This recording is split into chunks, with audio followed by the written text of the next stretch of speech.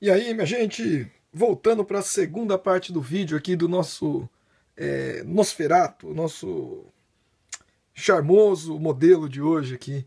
Eu gosto muito, acho que eu sinto até que eu fico mais na minha zona de conforto quando eu estou fazendo monstro, criaturas bizarras e velhinhos, coisas assim, são uma temática que eu sempre gostei muito. Então, quando a gente está fazendo algo que está próximo da nossa temática ali favorita, acaba saindo mais fácil mesmo, né? Bom, aqui vem uma parte meio dura para muitas pessoas, às vezes, que é tirar o branco do papel, atropelar um pouco o desenho, principalmente quando a gente dá um grau no desenho, dói mais no coração. Porque eu vou tacar um amarelo por cima aqui, ele vai cobrir, esse preto vai ficar meio cagado, sabe? Se ele dá uma zoada e daí eu volto construindo com uma pintura.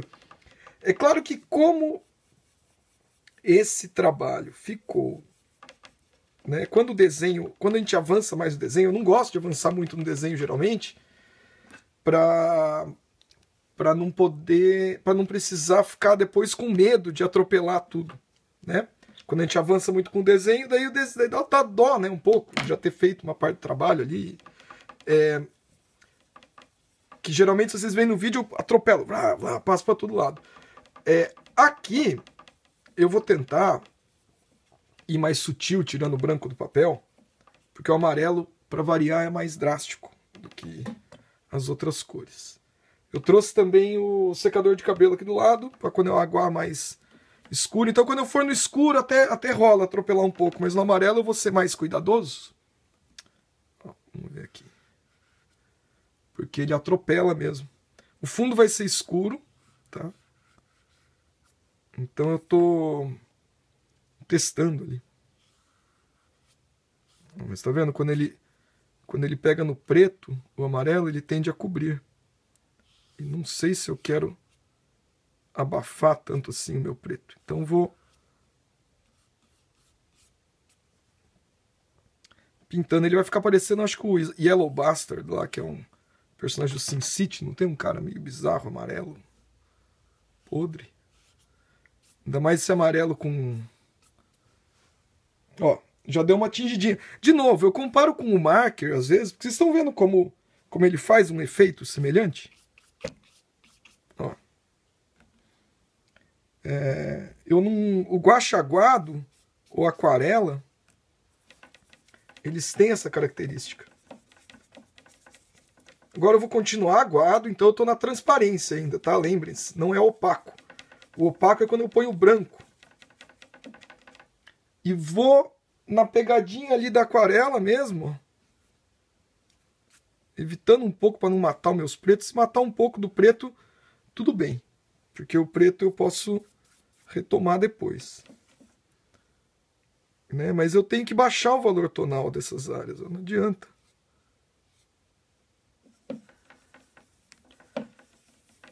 Então, nossa mistura de amarelo e preto.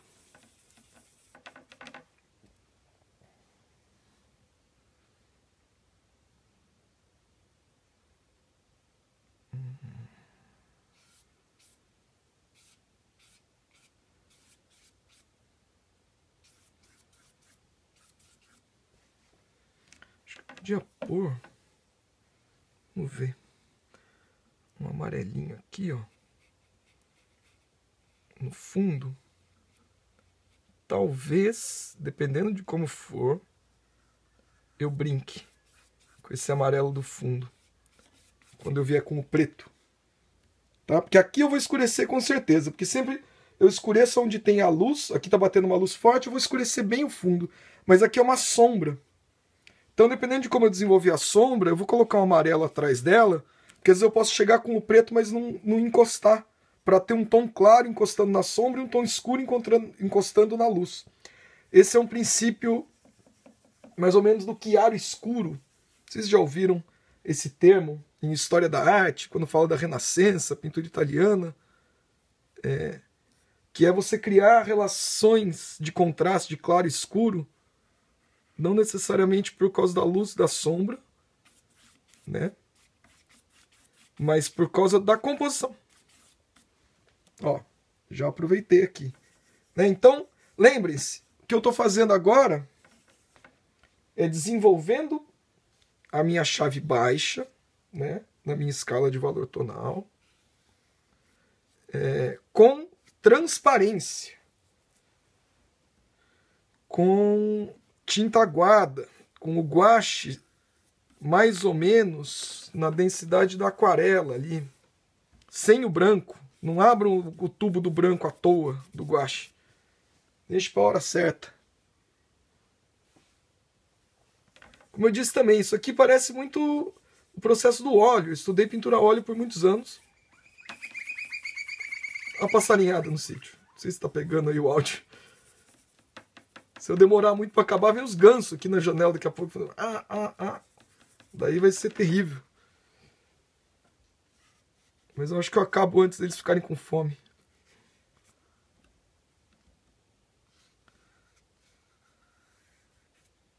Vamos lá. Também, ó. Pincel chato, né?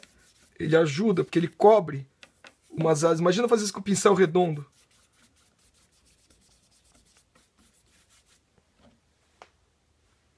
Né? Assim, eu faço a linha, mas daí eu viro o pincel, ó.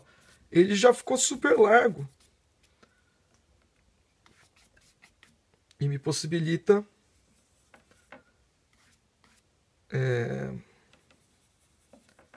cobrir uma área mais rápido, né? Mas ainda assim tá aguado. Eu tô tirando o branco do papel. Como eu falei, tô tirando aos poucos, para não precisar atropelar muito meu desenho, já que eu defini o desenho, né? Um pouco mais do que eu costumo fazer, no geral.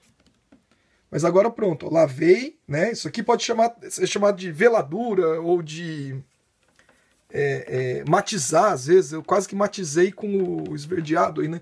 Mas deixei o amarelo concentrado aqui, né? Em alguns pontos, vocês viram. Então agora eu vou baixar o valor tonal um pouco mais. Principalmente na parte de baixo aqui, ó.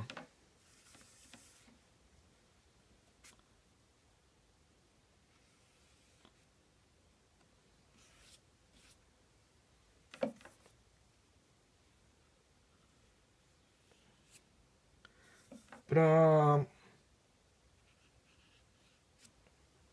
poder já começar o opaco, né? Vejo que às vezes eu tento dar uma pincelada, não ficar ajeitando muito ela. Depois eu edito assim, ó.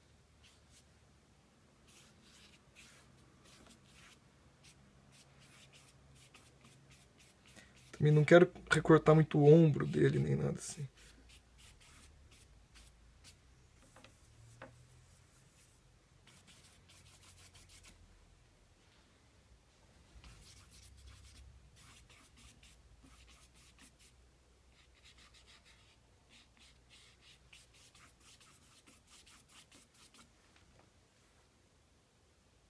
Beleza.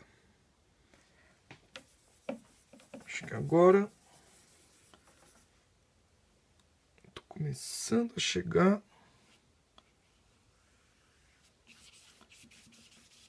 num resultado de chave baixa, que talvez me obrigue a secar com o secador aqui.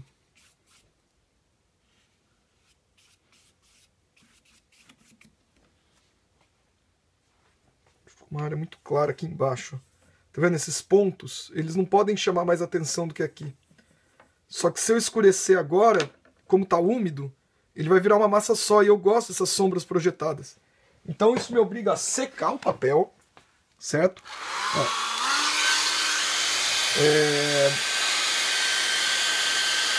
Tem certos tipos de sobreposição que, se a tinta estiver úmida embaixo, ele faz o blending, ele funde os dois. E daí você perde alguns recortes. Por isso que você tem que saber o efeito que você quer, para daí saber se você tem que fazer ele no papel úmido, no papel seco, com a tinta úmida, com a tinta seca, né? Porque tanto o papel pode estar com água para fazer um tipo de efeito, quanto a tinta pode estar úmida para fazer outro efeito.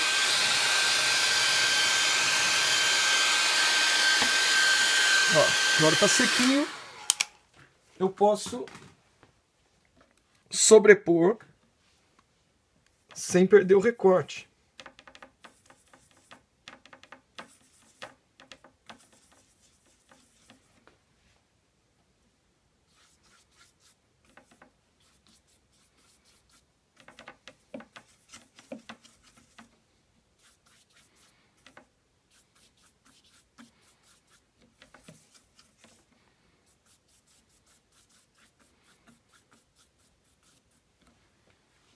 Certo? Tá vendo que o recorte ficou, mas escureceu. Legal. Agora, eu vou continuar escurecendo e trabalhando os valores mais baixos dentro do rosto dele, para depois poder escurecer o fundo, enquanto eu já penso no acabamento mais opaco. Vamos lá, então. Mais tinta, né? O preto foi embora da paleta. Acho que vale até secar novamente.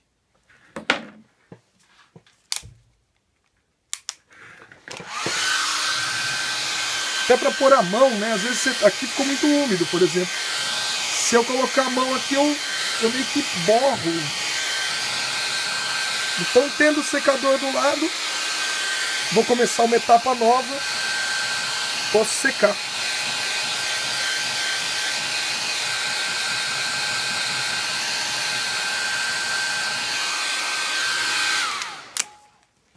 Pronto.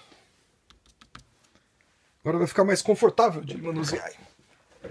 Então, vamos para dentro do rosto dele.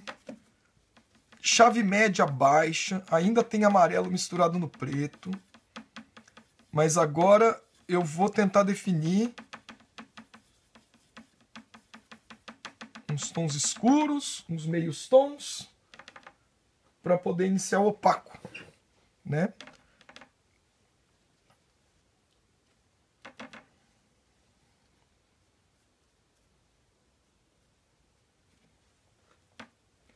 Então, de novo, cada vez que eu volto, é como se a vida tivesse me dado uma segunda chance para consertar os erros que eu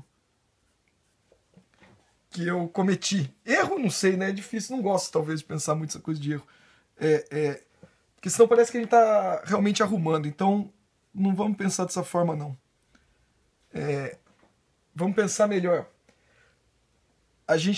Quando a gente volta no nariz, na boca, a gente tem a oportunidade de aprimorar a forma da mancha. Às vezes eu foco, né, eu tenho que falar na verdade, o design da mancha é muito importante. Eu não estou pintando a boca dele, eu estou compondo uma mancha que o design dela, inserido nesse contexto da pintura, faz com que você veja uma boca. Não só uma boca nojenta do Nosferatu, com esse dentinho de coelho pontudo aí. Então, ó, como já definiu melhor, né? Eu ainda vou... Lembrem-se que eu vou atropelar isso aqui com opaco mais tarde, e essas linhas elas vão quase sumir, né? Fica só um pezinho. Mas agora eu tô acentuando um pouco. Aqui também, ó. Se ficou muito marcado, muito escuro, eu ponho um pouquinho mais de amarelo na composição.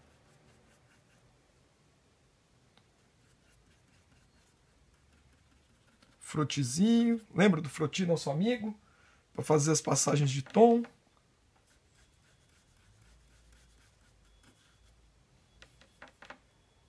Aqui. Bochechinha cavada para dentro. Sempre um charme. Dos mortos-vivos, em geral, é ter essa bochecha chupada para dentro aí. Ó, dá até para fazer um segundo tom aqui, ó. Mostrar que ele é magrão mesmo. Magrão no sentido não saudável, né? Assim, ele não tem um aspecto saudável. Última coisa. Por isso que esse verde tóxico, eu acho, cai tão bem pro Nosferatu. É engraçado, eu até vou fazer o teste mais pra frente aí. Acho que o Thomas lá na aula, mais alguém, fez o mesmo comentário de pegar uma paleta escrota pra colocar numa figura e subverter, colocar, sei lá, fazer o Nosferatu com aquela paleta que eu fiz do Buda, de amarelo, por exemplo, e branco. Como é que ficaria, né? E eu não sei, mas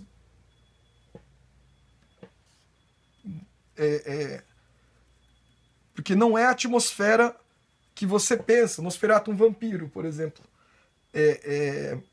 Colocar ele só com amarelo e branco, que parece uma luz do sol, é meio contraditório para um vampiro. Mas, ao mesmo tempo, acho que é isso que pode ser que crie uma química legal. O único jeito de saber é fazer. É gastar um tempo ali experimentando. Faz ver o que acontece. E como eu estou me dedicando nesses vídeos a registrar o meu processo de pintura, de estudo, na verdade, de pintura, às vezes é uma boa passar um tempo fazendo uns experimentos. Então vocês acompanhem aí que esse canal, para mim, está sendo uma boa forma de explorar dúvidas mesmo que eu tenho. Eu estou usando para estudar, enquanto eu ajudo vocês, que eu já vi que um monte de gente aí mandou mensagem agradecendo, falando, pô, tá sendo legal o canal, tem tirado dúvidas, eu fico feliz pra caramba que isso esteja acontecendo, né? Esteja ajudando de verdade, mas ao mesmo tempo também me ajuda. Não vou mentir que eu preciso prestar atenção para fazer o vídeo, não é só um estudinho, eu sinto a responsa de estar registrando isso, falando de passo a passo, criando uma didática, né, para a coisa. Eu já tenho experiência dando aula, mas filmar é diferente. E é legal. Já queria ter começado antes, mas eu sou muito low-tech. Eu demoro para ajeitar as coisas digitais. Fiquei um tempão pensando como fazer. Daí, como eu falei, até o único jeito que eu consigo fazer mesmo é esse. Sem edição, sem nada. Eu filmo e posto. Se eu tiver que parar para pôr uma legenda, um nominho embaixo ali, eu já não vou conseguir. Vai demorar para fazer, eu vou ficar enrolando.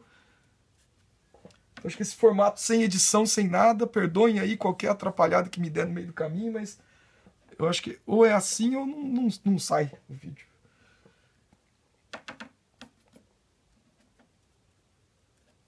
Bom, enquanto eu tô falando aqui, vocês estão vendo que eu tô trabalhando esse verde, né? Da sombra.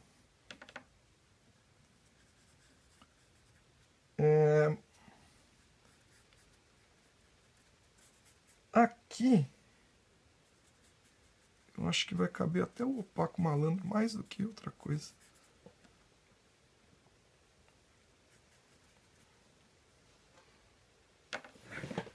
Deixa eu ver.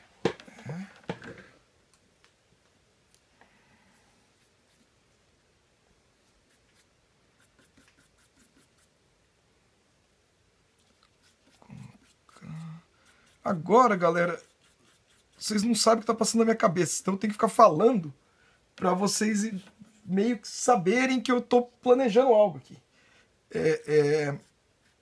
Eu estou pintando tudo em função do que eu vou fazer no fundo, praticamente. Então eu estou pensando no tom que eu já vou pôr no fundo. Por isso que eu escureço, paro, deixo um pouquinho do amarelo na beirada aqui. Tá? A gente sempre... Tipo o jogador de xadrez, ele vai... jogando 3 passos na frente do adversário. No caso, a gente não tem o adversário em si, são vocês que vão olhar a pintura, né? Mas eu tenho que estar meio à frente de vocês. Eu tenho que pegar vocês desprevenidos para a pintura ficar mais sedutora, às vezes, assim, né? Tipo, você não esperar que tá vindo ali um tom, uma sombra, uma pincelada mais brusca. Então, eu acho que a gente sempre espera ser surpreendido um pouco por um trabalho artístico. seja qual for.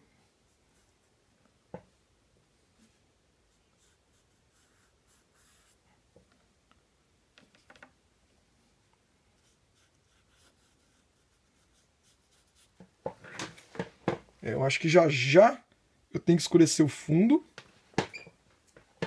para realmente fazer saltar ali a silhueta dele. E iniciar os opacos, de alguma forma. Vamos ver aqui.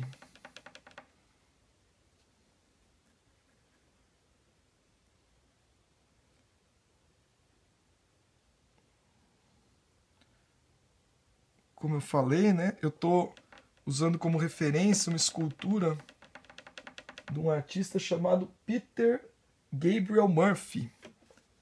Tá? Eu não consigo mostrar, mas procurar no Google. Uma escultura bem da hora do Nosferatu. Tá com uma expressão engraçada até um pouco.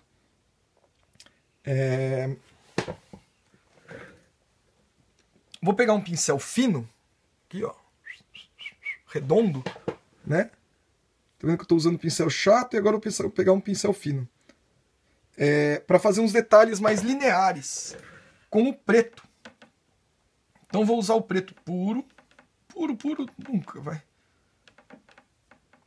Um pouquinho do amarelo ali, só para quebrar ele. E agora vou dar uma desenhada com o preto. Principalmente na expressão do olho. E alguns cantinhos para ficar bem fundo. Esse olho dele é extremamente fundo. Isso faz parte do próprio charme aí do personagem, né?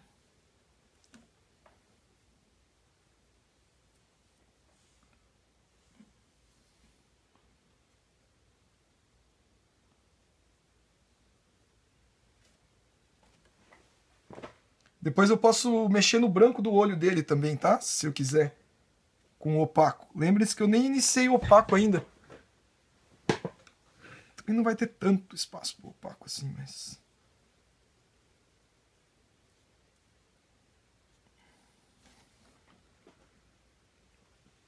Mas, por exemplo, isso que eu estou pondo de preto aqui, eu já considero final. Nessa altura do campeonato, esse preto já dá o contraste final dessas sombras. Então ele é a minha referência.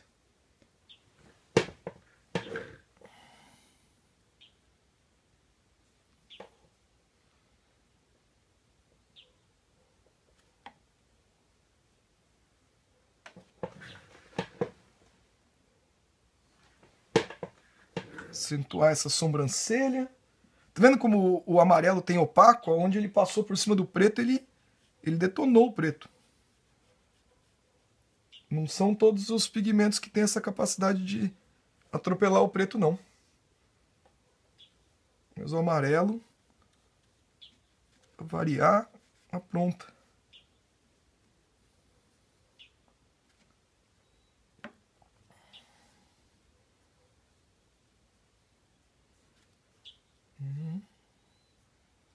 Legal também quando chega aqui dar uma geometrizadinha, né? Eu curto pelo menos deixar um pouco mais geométrico, às vezes. Não totalmente geométrico, mas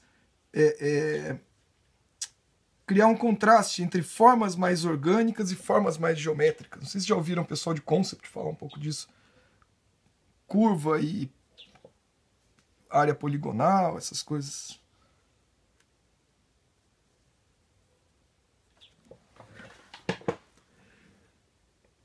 Beleza. Chegando lá. Eu vou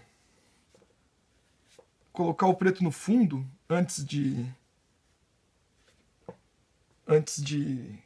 atacar ali os opacos, para já me dar uma noção da luz.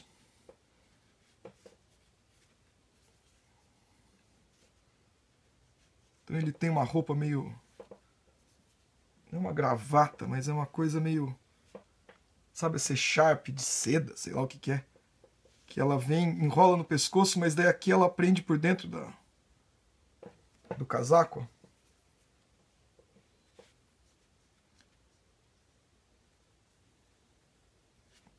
E daí já me serve para fazer a linha aqui passando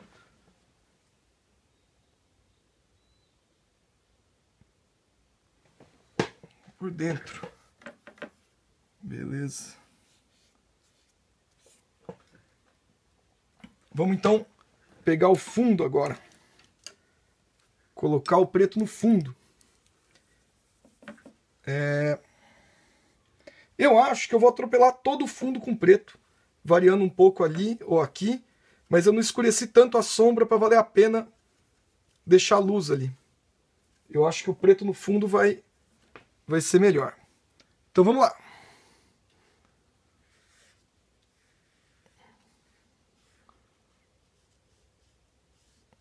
Também pincel chato nessas horas, né? Salva a pele. Tem que pensar que aqui a gente está recortando a silhueta da figura com o preto. Então tem que ser... Ó, vou até virar aqui para conseguir fazer um bom acabamento.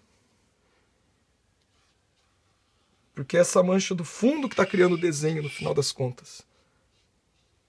Certo? Então ela precisa ser feita com cuidado. É tipo o desenho está sendo feito por ela. O fundo é muito importante. Eu não vejo às vezes o pessoal dar o valor que ele tem mesmo.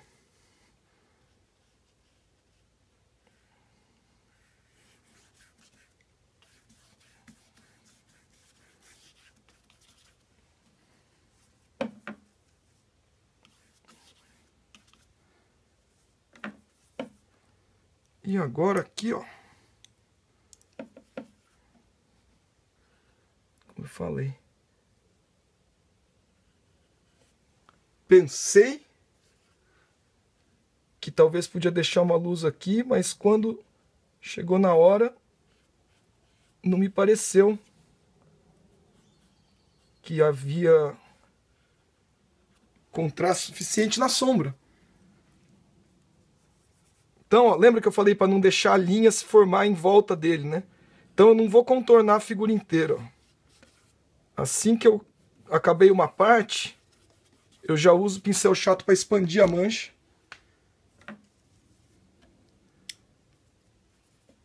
Né?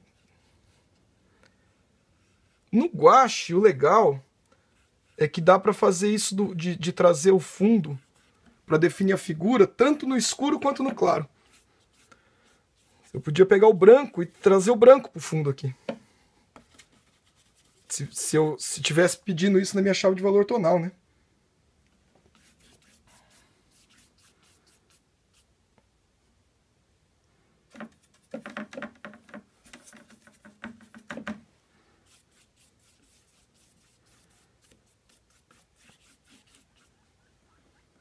Eu acho que já deu uma boa ressaltada nele. Agora eu vou pôr o branco para desenvolver um pouco do opaco.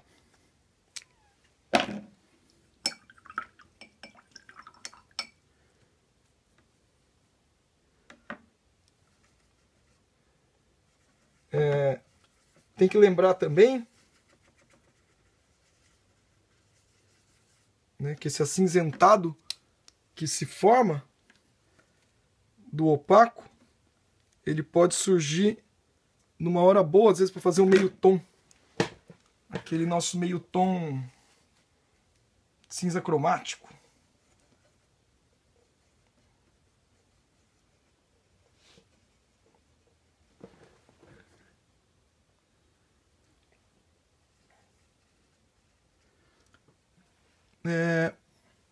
Bom,